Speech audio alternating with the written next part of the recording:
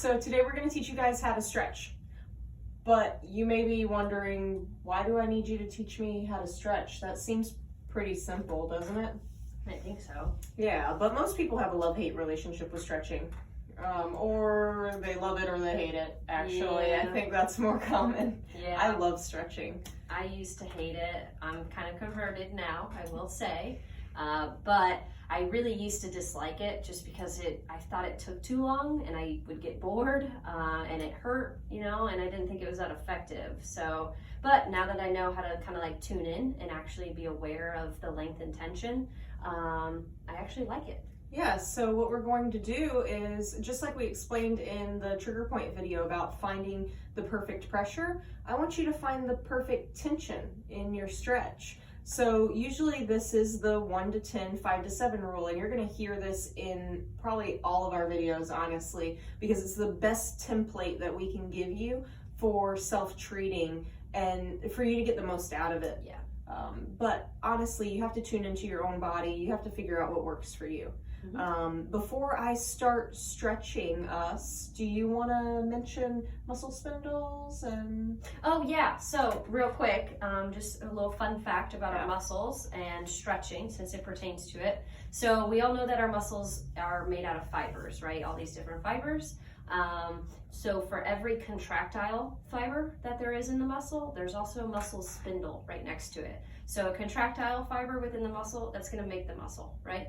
And a muscle spindle is going to be the one that allows it to actually go ahead and extend it, allowing it to have that stretch. And all it is, that muscle spindle, is just a sensory receptor that's actually sending a response to the brain.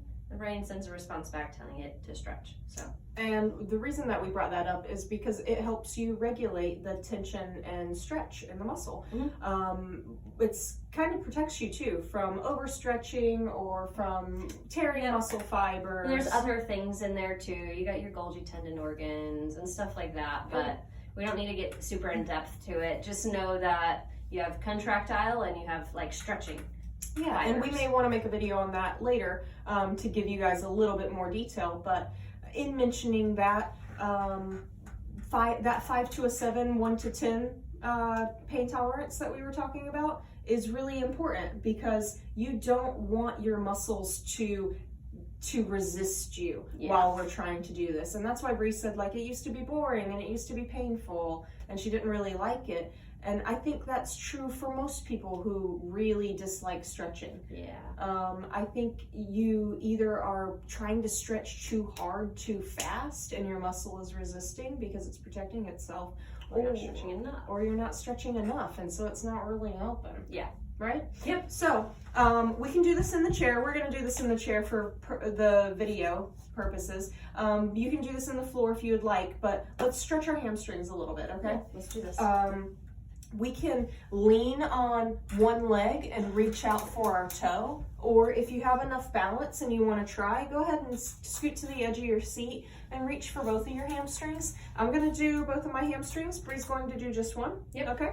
So let's reach in and find that 5 to a 7. Some of us might be able to reach to our ankles. Some of us might be able to reach to our toes. If you can touch your shins and that's a 5 to a 7 for you, just stay right there, okay? Cool. So let's hold this 5 to a 7. Bree, keep track of our main number points, okay?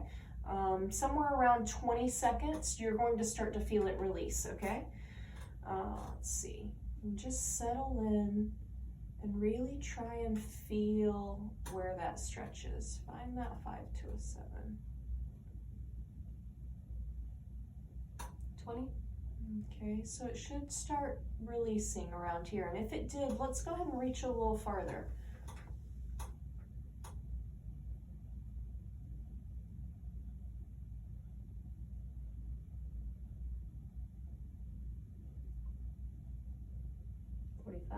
Awesome. And now it should have definitely released if you have the right amount of tension, and you should be able to reach a little farther.